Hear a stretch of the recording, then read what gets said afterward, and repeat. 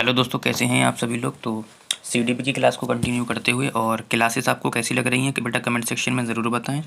और यदि आपको क्लासेस और क्वेश्चन की सीरीज़ अच्छी लग रही है तो आप लोग लाइक सब्सक्राइब और अपने दोस्तों को जो तैयारी कर रहे हैं उन्हें शेयर भी कर सकते हैं। और क्लास की पीडीएफ नोट्स को प्राप्त करने के लिए और सीटेट का मॉडल पेपर 1 और आपकी 2 ई बुक हैं, एक एंशिएंट हिस्ट्री की है और एक एवरेज की है, ठीक है, जो टेलीग्राम चैनल पे अपलोड कर दी गई है, तो आप लोग वहाँ से जाकर डाउनलोड कर सकते हैं। फिलहाल हम क्वेश्चन नंबर 21 को शुरू करते हैं। कहता है कि शिक्षक सीखने के लिए मूल्यांकन और सीखने के मूल्यांकन दोनों का उपयोग कर सकते हैं। बिल्कुल बेटा, ठीक है। तो इसमें से कौन सा ऐसा ऑप्शन होगा?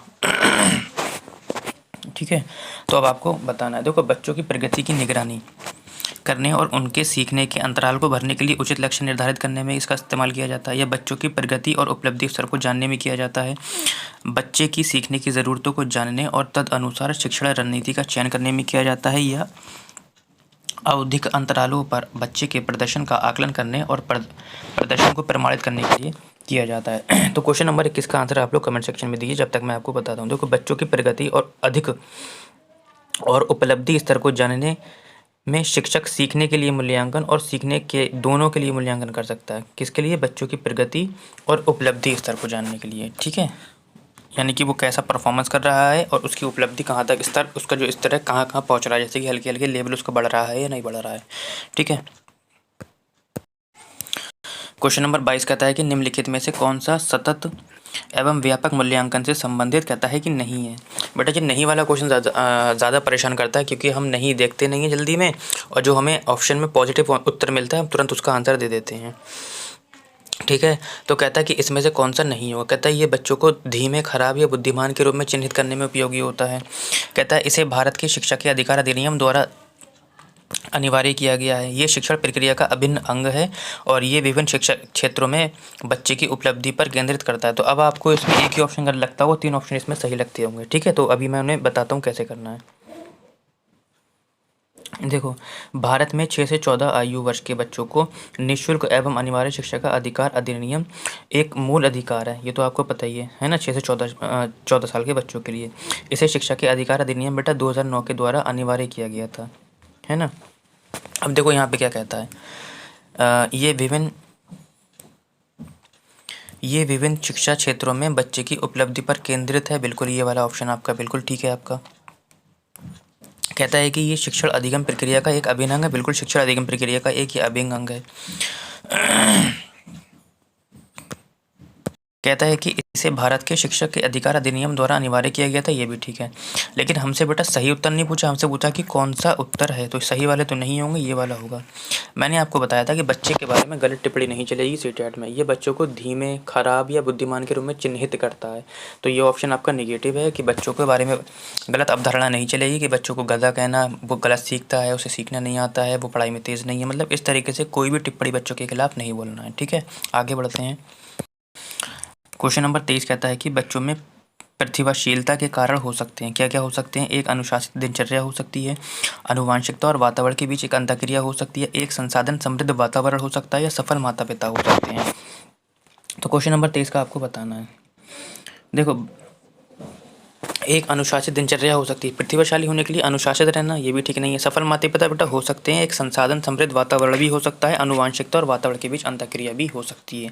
लेकिन प्रतिभाशाली होने के लिए सबसे अच्छा है ऑप्शन तीनों में से, बेस्ट ऑप्शन जो है इनमें से और इनमें से सबसे अच्छा ऑप्शन ऑप्शन नंबर बेटा 2 है। कैसे है कि जिसमें आनुवांशिकता और वातावरण दोनों का क्या होता है, गुणनफल सम्मिलित होता है, ठीक है। तो ऑप्शन नंबर हो जाएगा आपका दूसरा वाला।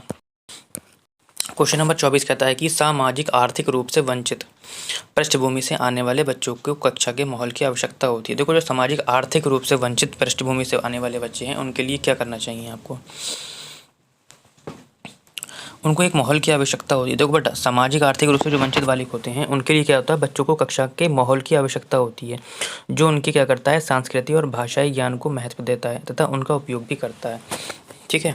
यानी कि अगर जो सामाजिक आर्थिक रूप से पिछड़े वाले हैं तो उनको आप स्कॉलरशिप दीजिए, स्कूल से बैग दीजिए, ड्रेस दीजिए, मिड डे मील दीजिए, उनके लिए एक माहौल बनाइए, है ना। तो ये सब चीज़ें आ जाती हैं। कहता है बच्चों को उनकी क्षमताओं के आधार पर वर्गीकृत, मैंने बताया था आप लोगों को बेटा कि क्षमता के अनुसार बच्चों को वर्गीकृत नहीं करना है, यानी कि बच्चों को बेटा किसी के भी रूप में वर्गीकृत नहीं करना है, क्योंकि यहाँ पे समावेशी शिक्षा का हनन हो जाएगा।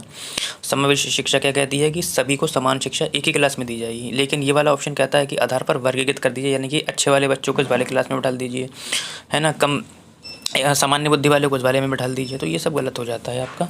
कहता है उन्हें अच्छा व्यवहार सिखाता है, हाँ अच्छा व्यवहार सिखाता है, हो सकता है नॉर्मल सा है, ठीक है ऑप्शन। उनके संस्कृति और भाषाई ज्ञान को महत्व देता है तथा उनका उपयोग करता है, बिल्कुल ये वाला ऑप्शन ठीक हो जाएगा, ठीक है। फिर तीसरा भी चौथा भी पढ़ेंगे, उनकी भाषा के उपयोग को हतोत्साहित, देखो निगेटिव शब्द है, मैंने कुछ टैग वर्ड बताए थे आप लोगों को कि हतोत्साहित नहीं आना चाहिए, सिर्फ आ जाए, केवल आ जाए, है ना, रटना वरना आ जाए, परिभाषा व्याख्या आ जाए, ये सब टैग वर्ड है बेटा, आप लोग को याद रखना है, ऑप्शन में काट दिए जाएंगे, ठीक है। तो ऑप्शन नंबर 3 हो जाएगा। क्वेश्चन नंबर 25 कहता है कि कक्षा में सृजनात्मक और प्रतिभाशाली बच्चों के लिए आवश्यक हस्तक्षेप निर्भर क्या करता है। कहता है जो बच्चे सृजनात्मक हैं कक्षा में और प्रतिभाशाली हैं, तो उनके लिए अब आपको एक ऑप्शन ढूंढना। कहता है उन्हें अन्य बच्चों को पढ़ाने की जिम्मेदारी देने पर, शिक्षक द्वारा अनुकूलित और प्रेरक निर्देशक तरीकों के उपयोग से, या उन्हें अतिरिक्त समय दिए जाने पर, उनके प्रति स्नेही होने के नाते पर। देखो कक्षा में क्या है कि सृजनात्मक और प्रतिभाशाली बच्चों के लिए आपको क्या करना चाहिए, आवश्यक हस्तक्षेप क्या है बेटा, उनके द्वारा, शिक्षक के द्वारा अनुकूलित और प्रेरक निर्देशक तरीकों के उपयोग निर्भर करता है, और कक्षा का सकारात्मक प्रोत्साहित करने वाला वातावरण बच्चों की क्या करता है, सीखने यानी कि क्षमता को बढ़ाता है, जिससे नवीन संकल्पनाओं का अधिगम या सीखने के अवसर को क्या करता है, प्राप्त करता है, ठीक है बेटा। कहता है कि उन्हें अन्य बच्चों को पढ़ाने के लिए जिम्मेदारी देनी चाहिए। जब आप बच्चों को पढ़ाने की जिम्मेदारी उन्हें दे देंगे तो आप क्या करेंगे, कट गया ऑप्शन आपका बेटा। उनको अतिरिक्त समय नहीं देंगे, अगर सब समय इन्हीं को दे देंगे तो फिर जो दूसरे वाले बच्चे हैं जो उनसे नीचे हैं उनको समय कब देंगे, उनके प्रति स्नेही होने के नाते उनसे मोहब्बत करने लगेंगे, ऐसा कुछ नहीं। मतलब अब इनसे मोहब्बत करने लगेंगे क्योंकि ये सृजनात्मक और प्रतिभाशाली हैं। जो बच्चे सामान्य बुद्धि के उनसे आप मोहब्बत नहीं करेंगे, ऐसा नहीं हो सकता। तो एक ही ऑप्शन बचता है काटने के बाद कि शिक्षक द्वारा अनुकूलित और प्रेरक निर्देशक तरीकों का उपयोग किया जाएगा, ठीक है, जो उनके अनुसार हो। जैसे कि अनुकूलित का मतलब ये होगा कि अगर कक्षा में सभी बच्चे बैठे हुए हैं तो टॉपिक मेरा चल रहा है मल्टीप्लाई का, जैसे कि मल्टीप्लाई का टॉपिक चल रहा है, तो मैं इसे क्या करूँगा, थोड़े इजी सवाल दूंगा, लेकिन जो हमारे इधर वाले बच्चे हैं इनको मैं टफ सवाल दूंगा, तो ये उनकी अनुकूलित हो जाएगा, ठीक है बेटा। आगे बढ़ते हैं। क्वेश्चन नंबर 26 कहता है कि अति संवेदनशील बच्चों को सीखने में मदद करने के लिए निम्नलिखित में से कौन सा तरीका उपयुक्त। कहता है कि नहीं है। ये नहीं वाला ऑप्शन बहुत परेशान करता है क्वेश्चन, इसलिए बच्चों आप लोग जो है थोड़ा ध्यान से पढ़ेंगे इसे, ठीक है, कि नहीं है।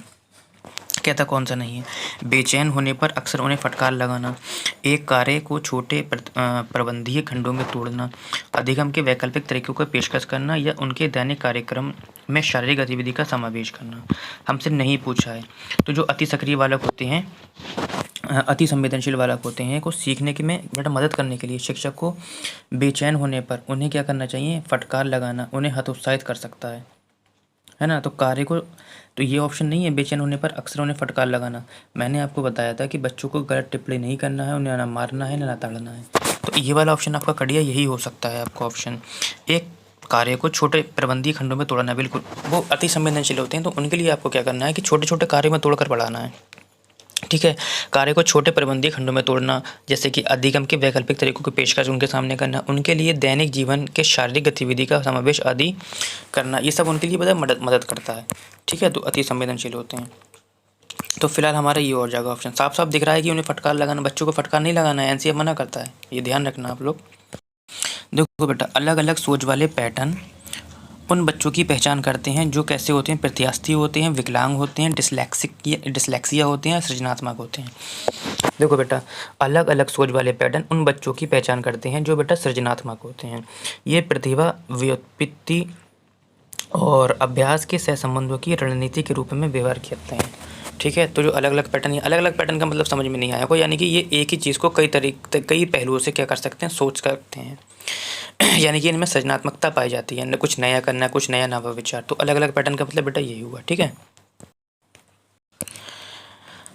कहता है कि निम्नलिखित में से कौन सा शिक्षक द्वारा कक्षा में बच्चों के लिए समस्या हल कराने या समस्या हल करने के तरीके का वर्णन नहीं करता है। बहुत ही प्यारा क्वेश्चन है आपका और इम्पॉर्टेंट भी है सीटेट के पॉइंट ऑफ व्यू से। सॉरी, कहता है कि अभिसार उत्तर वाले प्रश्न पूछना, किसी विशेष समस्या को हल करने के बारे में अपने विचार प्रतिक्रियाओं पर चर्चा करना, कुछ हल करते समय गलतियों को कराने के प्रति ईमानदार रहना, सोच विचार परीक्षण और विभिन्न उत्तरों जैसी शब्दावली का प्रयोग करना। देखो बेटा, शिक्षक द्वारा कक्षा में बच्चों के लिए समस्या हल करने का तरीका नहीं है।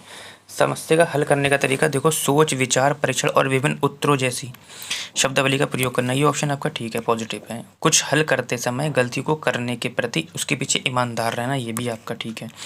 किसी विशेष समस्या को हल करने के बारे में अपनी विचार प्रतिक्रिया का चर्चा करना, ये भी ठीक है। लेकिन बेटा हमसे नहीं पूछा, तो अभिसरण उत्तर वाले, अभिसरण का मतलब क्या होता है? बंद अंत वाले उत्तर, यानी कि बंद अंत वाले प्रश्न। और एक होते हैं बेटा खुले अंत वाले प्रश्न, जो अभी अभी बता के आया हूँ मैं आपको। अब खुले अंत वाले क्या होते हैं? यानी कि इसे हम अपसारी बोलते हैं और इसे हम अभिसारी बोलते हैं। अपसारी का मतलब होता है कि बेटा एक ही चीज़ को कई तरीके से सोच पाना। जैसे कि मैंने कहा बताओ कितने और कितने 10 होते हैं, तो आप कह दोगे सर कि 9 और 1 10 होते हैं, यानी कि एक से अधिक उत्तर निकलना। मैंने पूछ लिया 2 और 2 कितने होते हैं, आपने कहा सिर्फ 4, तो इससे बेटा क्या होगा? सृजनात्मकता पैदा नहीं होगी, ना ही बच्चा कुछ सोच पाएगा, यानी कि रट्टा मार सकता है वो यहाँ पर। तो ऑप्शन ए यही कहता है कि अभिसरण उत्तर वाले प्रश्न पूछना, यही आपका इसका उत्तर नहीं होगा सॉरी। बहुत प्यारा क्वेश्चन है और कंफ्यूजन करेगा आपको। कहता है कि निम्नलिखित में से कौन सा एक संवेग है? कहता है स्मृति है, डर है, उत्तेजना है और ध्यान है। ठीक है, तो आप लोग इसका कमेंट सेक्शन में आंसर दीजिए। देखो डर क्या होता है? डर मानवीय भावना का एक मुख्य स्वरूप है, जो किसी व्यक्ति की सुरक्षा या सुरक्षा में धमकी देने वाली किसी क्रिया के प्रति प्रक्रिया होती है। स्मृति बेटा हमारे मन भाव नहीं होता है कोई, ना ध्यान हमारा कोई भाव होता है, ना उत्तेजना कोई भाव होती है। ये सब पैदा की जाती हैं, है ना, पैदा होती हैं। लेकिन डर क्या होता है? एक भाव होता है हमारा, जो किसी डर के समय भी पैदा हो सकता है, कोई घबराहट के समय भी पैदा हो सकता है। यही एक हमारा एक संवेग होता है। ठीक है, और आज का आखिरी क्वेश्चन कहता है कि एक 3 वर्ष का बच्चा बताता है कि दूध बूथ पर एक मशीन द्वारा दूध का उत्पादन होता है। सीटेट का सबसे इंपॉर्टेंट क्वेश्चन है। निम्नलिखित में से कौन सा बच्चे की समझ का सबसे अच्छा स्पष्टीकरण प्रदान करता है? बहुत ही अच्छा क्वेश्चन है। कहता है कि एक 3 वर्ष का बच्चा है जो दूध बूथ पर एक मशीन द्वारा दूध का उत्पादन होता है। निम्नलिखित में से कौन सा बच्चे की समझ का सबसे अच्छा स्पष्टीकरण करता है?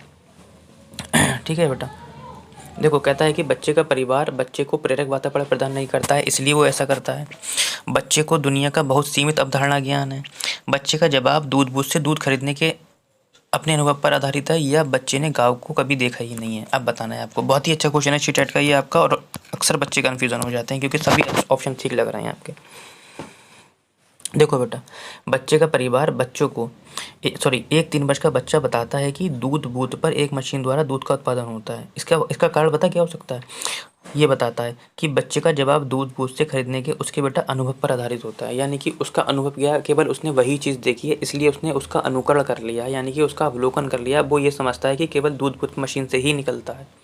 ठीक है, बच्चे का परिवार बच्चे को प्रेरक वातावरण उत्पन्न नहीं करा रहे हैं बेटा, ऐसा नहीं है, वो करा रहे हैं, लेकिन बच्चे का अनुभव है वहाँ पर, यानी कि बच्चा केवल वहीं गया, कहीं और नहीं गया है। अगर वो कहीं और जाता तो वो सीख लेता। बच्चे को दुनिया का सीमित ज्ञान नहीं, बच्चे को तो कभी सीमित ज्ञान होता ही नहीं है, वो तो नन्हा वैज्ञानिक होता है, प्यादे साहब कहते हैं। बच्चे ने गाय को कभी देखा नहीं है, ये भी नहीं। बच्चे का जवाब दूध बूथ से खरीदने के अपने अनुभव पर आधारित है। तो ठीक है, आज की सेशन आपको कैसा लगा बेटा? अगर अच्छा लगा हो तो लाइक ज़रूर करें और शेयर ज़रूर करें।